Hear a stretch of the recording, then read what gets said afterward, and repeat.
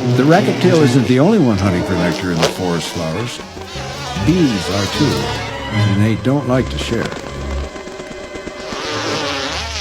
A single bee sting close to the bird's heart could be fatal.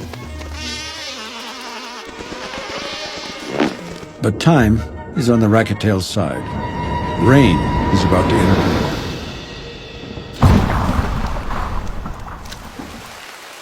A raindrop as big as its head may not be much fun for a hummingbird, but it's altogether too much for a bee.